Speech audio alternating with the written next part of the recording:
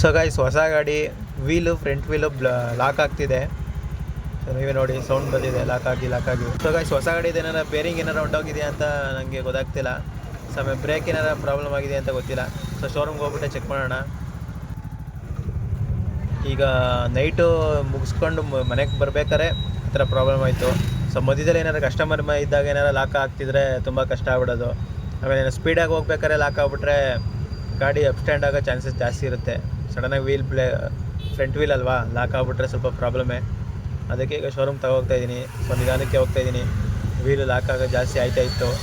So ಅದಕ್ಕೇ ಹೋಗ್ತಾಯಿದ್ದೀನಿ. ನೀನು ಈ ಥರ ಅಂತ ಬಿಕ್ಕಳ್ತಾ ಇದ್ರೆ ನನಗೆ ತಿಕ್ಕಲಿ ಹಿಡಿಯುತ್ತೆ. ಸೊ ಗೈಸ್, ಟ್ರೈನ್ ಸೌಂಡ್ ಬಂದಂಗೆ ಬರ್ತೈತೆ. ಟ್ರೈನಲ್ಲಿ ಈಗ ಹೋಗ್ಬೇಕಾದ್ರೆ ಬ್ರೇಕ್ ಹಿಡಿದ್ರೆ ಟ್ರೈನ್ ಸೌಂಡ್ ಬರುತ್ತಲ್ಲ, ಹಂಗೆ ನಾನು ಬ್ರೇಕ್ ಹಿಡಿತಲ್ಲ, ಆದರೂ ಹಂಗೆ ಸೌಂಡ್ ಬರ್ತೈತೆ. ನಾನು ನಿಧಾನಕ್ಕೆ ಮೂವ್ ಮಾಡ್ಕೊಯ್ತಾಯಿದ್ದೀನಿ. ವೀಲ್ ಲಾಕ್ ಆಯ್ತಾಯಿತ್ತು ಜಾಸ್ತಿ. ಸೊ ವೀಲ್ ಲಾಕ್ ಆಗ್ಬಿಟ್ಟು ಏನೋ ಸಸ್ಪೆನ್ಷನ್ ಪ್ರಾಬ್ಲಮ್ ಆಗ್ಬಿಡುತ್ತೆ ಅಂದ್ಬಿಟ್ಟು ಆ ಥರ ಏನೂ ಮಾಡ್ತಿಲ್ಲ. ಸೊ ನಿಧಾನಕ್ಕೆ ಹೋಗ್ತಾಯಿದ್ದೀನಿ. ನೋಡಿ, ಟ್ರೈನ್ ಸೌಂಡ್ ಬರ್ತೈತೆ. ಈ ಥರ ಆದರೆ ಹೊಸ ಗಾಡಿಗಳಿಗೆ ಹೆಂಗಪ್ಪ ಅನ್ನೋದೇ ಗೊತ್ತಾಗ್ತಿಲ್ಲ. ಆಮೇಲೆ ರೆಸ್ಪಾನ್ಸ್ ಚೆನ್ನಾಗಿ ಮಾಡಿಬಿಟ್ರೆ ಸರಿ, ಓಕೆ. ಅವರು ಶೋರೂಮ್ ಅವರು ಲಾಸ್ಟ್ ಟೈಮು ಈ ಥರ ಪ್ರಾಬ್ಲಮ್ ಆಗಿತ್ತಲ್ಲ, ವೀಡಿಯೋ ನೋಡಿದ್ರಲ್ಲ, ನೀವೇ ನೋಡಿದರೆ ಇನ್ನೊಂದ್ಸಲ ಒಂದು ವೀಡಿಯೋ ನೋಡಿ. ಶೋರೂಮಲ್ಲಿ ಸಿಗೋಣ ಈಗ. ಸೊ ಗಾಯ್ಸ್, ಶೋರೂಮ್ ಬಂದು ಸೊ ಪ್ರಾಬ್ಲಮ್ ಹಿಂಗೆ ಆಗ್ತಿದೆ ಅಂತ ಹೇಳಿದೆ.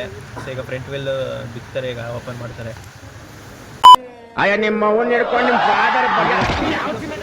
ಇವತ್ತು ಜಾಸ್ತಿ ವೆಹಿಕಲ್ಸ್ ಏನಿಲ್ಲ, ಸ್ವಲ್ಪ ಕಮ್ಮಿನೇ ಇದ್ದಾರೆ.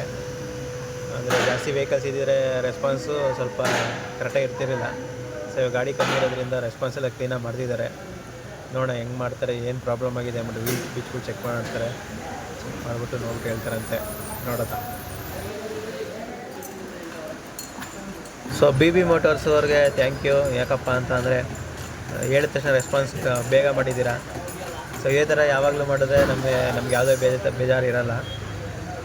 ಸೊ ಇವರು ಅಷ್ಟೇ, ಟೆಕ್ನಿಷಿಯನು ತುಂಬ ಎಲ್ಲ ಕ್ಲೀನಾಗಿ ರೆಸ್ಪಾನ್ಸ್ ಮಾಡಿದ್ರು. ಏನು ಪ್ರಾಬ್ಲಮ್ ಎಲ್ಲ ಅಂತ ಚಿಕ್ಕ ನೋಡ್ಕೊಂಡು ಬಂದು ತುಂಬ ರೆಸ್ಪಾನ್ಸ್ ಚೆನ್ನಾಗಿ ಮಾಡ್ತಿದ್ದಾರೆ. ಇದೇ ಥರ ಇರಬೇಕು ಯಾವಾಗಲೂ.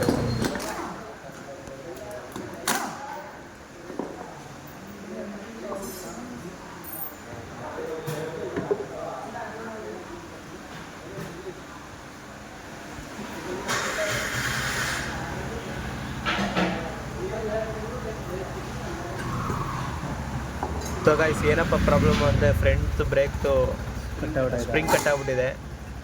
ನೋಡಿ, ಅವರು ಬಂದು ತೋರಿಸಿದ್ದಾರೆ. ಆ ಸ್ಪ್ರಿಂಗ್ ಕಟ್ಟಾಗಿರೋದಕ್ಕೆ ಅದು ವೀಲ್ ಲಾಕ್ ಆಗ್ತಿರೋದು. ಸೊ ಹೊಸ ಸ್ಪ್ರಿಂಗ್ ತಗೊಬಂದಿ ಅಂತ ಹೇಳಿದರು. ಸೊ ನಾನು ಹೋಗ್ಬಿಟ್ಟು ಸ್ಪ್ರಿಂಗ್ ತಗೊಬಂದೆ. ಸೊ ಇದು 30 ರೂಪಾಯಿ ಆಯಿತು. ಸೊ 30 ರೂಪಾಯಿ ಹೋಗ್ಬಿಟ್ಟು ತಗೊಬಂದಿದ್ದೀನಿ. ಈಗ ಹಾಕ್ಬಿಟ್ಟು ಚೆಕ್ ಮಾಡ್ತೀನಿ ಅಂತ ಹೇಳವ್ರೆ.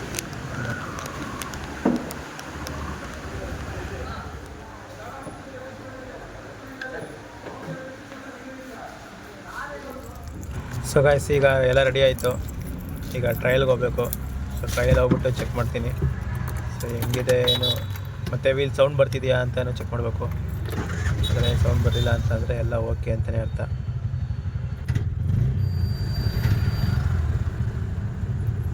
ಸೊ ಗೈಸ್, ಎಲ್ಲ ಚೆಕಿಂಗ್ ಆಯಿತು. ಪರ್ಫೆಕ್ಟಾಗಿ ಐತೆ ಗಾಡಿ. ಸೊ ನಾನು ಎದುರಿಗೆ ಬಿಟ್ಟಿದ್ದೆ, ಏನೋ ಹೊಸ ಗಾಡಿ ಬೇರಿಂಗ್ ಏನೋ ಹೊಂಟೋಯ್ತಾ, ಏನು ಪ್ರಾಬ್ಲಮ್ ಆಯ್ತೈತೆ, ಏನು ಲಾಕ್ ಆಯ್ತೈತೆ ಅಂತ.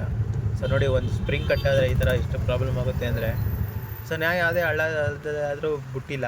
ಸೊ ಅದು ಹೆಂಗಾಯಿತು ಅಂತಲೂ ಗೊತ್ತಿಲ್ಲ. ಸೊ ಗೈಸ್, ಈಗ ಇದು ಕೇರ್ಫುಲ್ಲಾಗಿ ಮಾಡಬೇಕು. ಇವತ್ತು ಮಾತ್ರ ರೆಸ್ಪಾನ್ಸ್ ಚೆನ್ನಾಗಿ ಮಾಡಿದ್ರು. ಆಮೇಲೆ ನನ್ನ ವೀಡಿಯೋನೂ ತುಂಬ ವೈರಲಾಗಿ ಎಲ್ಲರೂ ನೋಡಿದಾರಂತೆ.